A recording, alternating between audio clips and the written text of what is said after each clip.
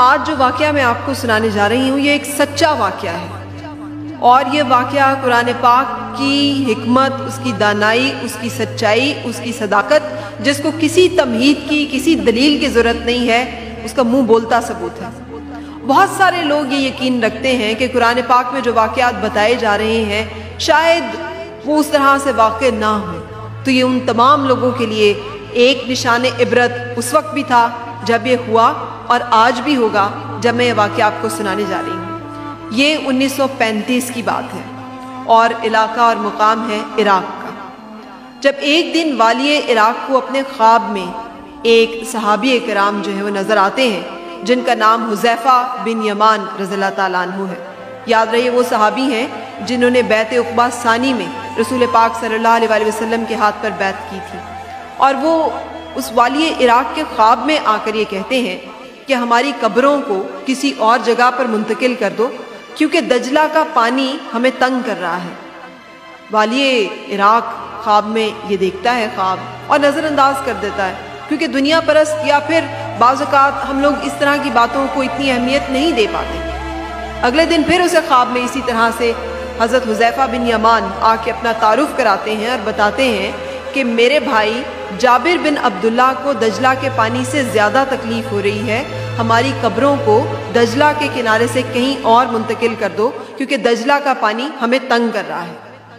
اس خواب کو پھر ایک خواب سمجھ کر نظر انداز کر دیا جاتا ہے، یا شاید شیطان یا شاید دنیا اپنے اندر اتنی کشش رکھتی ہے کہ یہ خواب ان کے ذہن سے نکل جاتا ہے اور وہ اس طرف دھیان نہیں دے پاتے۔ تیسرے دن پھر یہی صورتحال ہوتی ہے، اور پھر حذیفہ بن یمان رضی اللہ تعالیٰ عنہ خواب میں آتے ہیں اور کہتے ہیں کہ قبر کی منتقلی کر دی جائے، کیونکہ دجلہ کا پانی انہیں تنگ کر رہا ہے۔ جب 3 دن تک اس خواب کا کوئی اثر نہیں ہوتا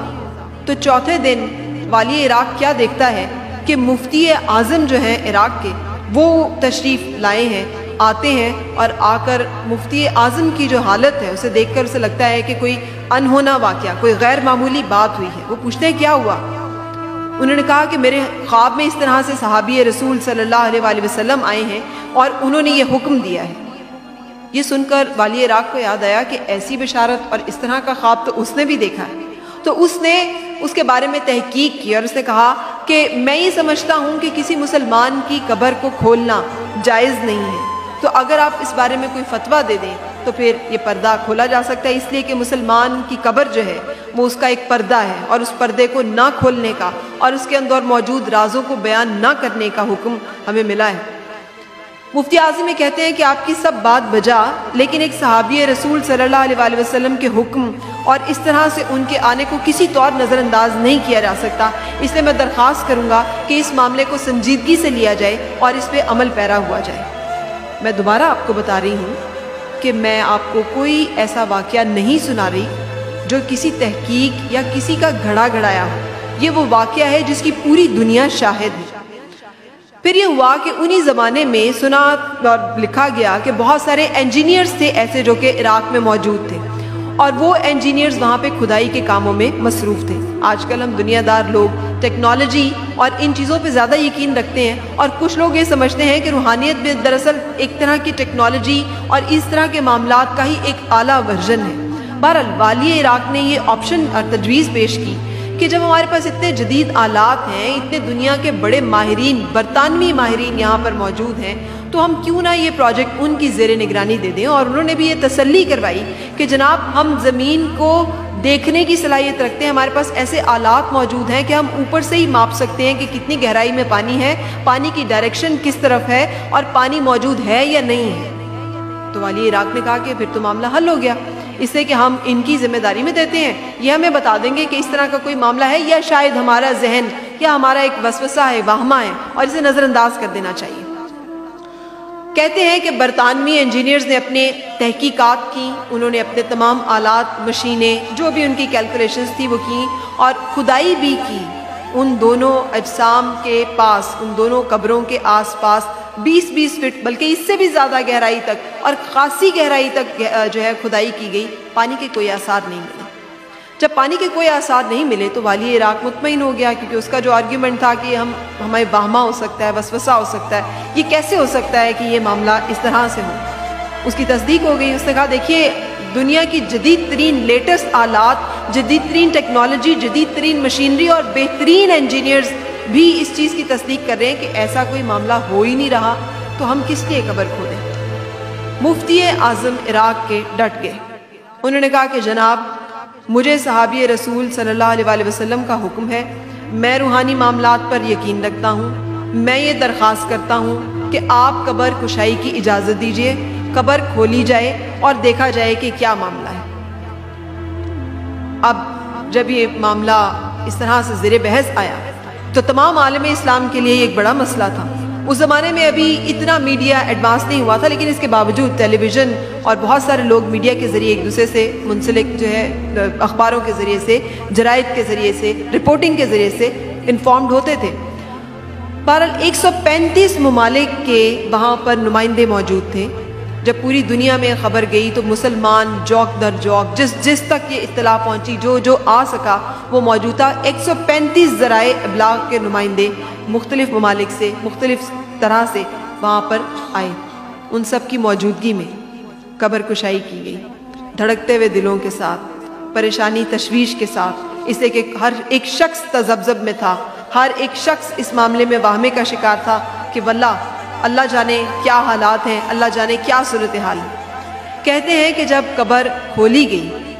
تو دیکھنے والے حیران رہ گئے کہ قبر کا پانی حضرت جابر بن عبداللہ رضی اللہ تعالیٰ عنہ کے قدم مبارک ٹچ کر رہا تھا۔ دجلہ کا جو پانی ہے وہ پاؤں چھو رہا تھا، اور حضرت حذیفہ بن یمان رضی اللہ تعالیٰ عنہ کی قبر سے ابھی چند فٹ کے فاصلے پر تھا۔ یہ بھی انہوں نے اپنی آنکھوں سے دیکھا کہ جسم مبارکوں کی کیا بات کی جائے، کفن تک میلا نہیں تھا، کفن اس حالت میں موجود تھا کہ جو ناقابل یقین تھا۔ اور یہ 1350 سال گزر چکے ہیں، یہ 1935 کی میں آپ کو بات بتا رہی ہوں۔